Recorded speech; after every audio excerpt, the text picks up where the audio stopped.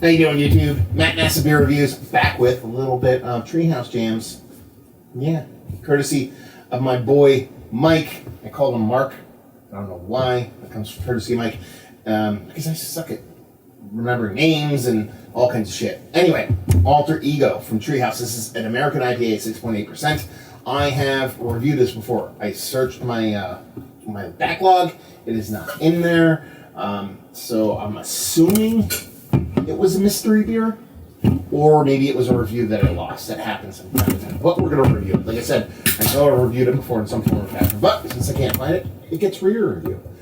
For about half an hour or so before we go live doing, Keith and I do our Guden Carlos live show. So I've had to crack a couple beers, see what's what. Label-wise, it's Treehouse. I did their labels. And that beer, it's butternut squash soup. What do you want?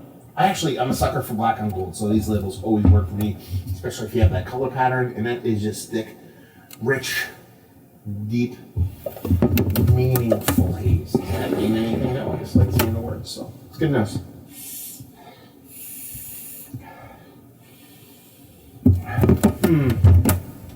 Have you had this before, Keith? Yeah.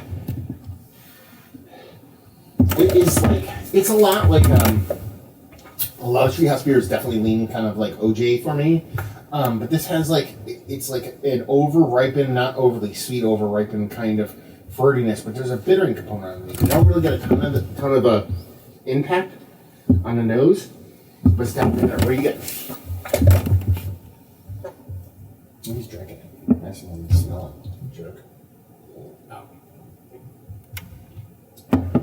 I would say like tangerine or something. It's very light, way lighter than I thought it would be. Yeah. And there's definitely like a citrus family like zestiness, like the pithing, like the zestiness of the skin in it, and then the fruit portion I show there, but it's not like overly sweet. There's like a little bit of like a prickly bittering component to it, like almost like maybe like a weedy, not smoking weed, pulling weed tomato sauciness to it, maybe. Kind of floating around the edges.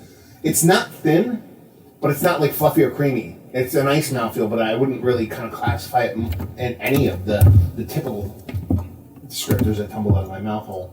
I actually like it, but I like it in its not being overly kind of crazy. Like it's kind of like simple and basic, but still good. I don't know. Does that make any sense?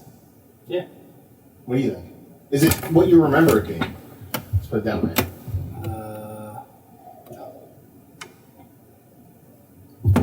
He says no. But I like it. I mean, each sip I take, that bittering component builds and builds and builds, almost like kind of like a pepper builds when you get pepper in a beer. So each sip I take, I get a little bit more of that green. That green's building and coming a little bit more striking, getting a little bit more of that tomato stocky kind of weed pulling burny kind of thing going on, and I kind of like it. So there's definitely some greenness to this, some freshness to this. I mean, this is, what, 3 weeks old. The fruit portion of the show, which is typically, you get a little bit on the nose, maybe a little bit bigger, especially when it comes to Treehouse beers, leaves me a little bit wanting. You're not getting that typical Treehouse kind of like bubble gummy kind of yeast estery thing. It's really not kind of there, and it's a nice beer. It just doesn't remind me of a Treehouse beer. It kind of reminds me of somebody else trying to make a Treehouse beer. That's kind of where it comes off for me.